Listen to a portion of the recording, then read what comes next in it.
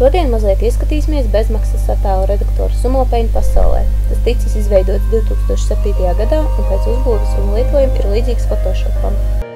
Iespējas tajā ir ļoti plašas. Viena no vienkāršākajām atrodama darba rīku sadaļā Brush Tool pie otu veidiem.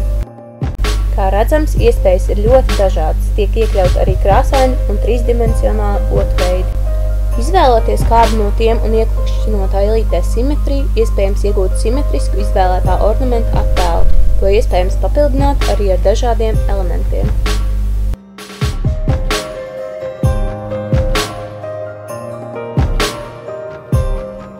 Attēlam iespējams piešķirt trīsdimensionālus efektus, piemēram, odas dizainu, kā redzams šajā attēlā. Tāpat var variēt arī ar krāsām gan ornamentu ārpusē, gan iekšpusē.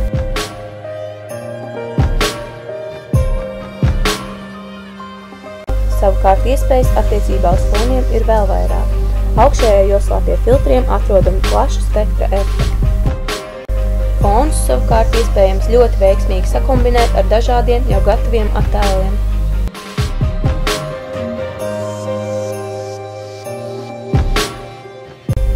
Tāpat kreisajā pusē atrodami dažādi darbarīki, kurus izmantojot iespējams izveidot samērā abstraktus un interesantus darbus. Šī attēla izstrādē tika izmantot šādi darbarīki: Gradient Fill Tool, Custom Shape Tool, Blur Tool, Paint Bucket Tool, Magic Wand Tool un Star Tool. Šeit varat aplūkot dažus no populārākajiem darbiem, kas atrodami internetā.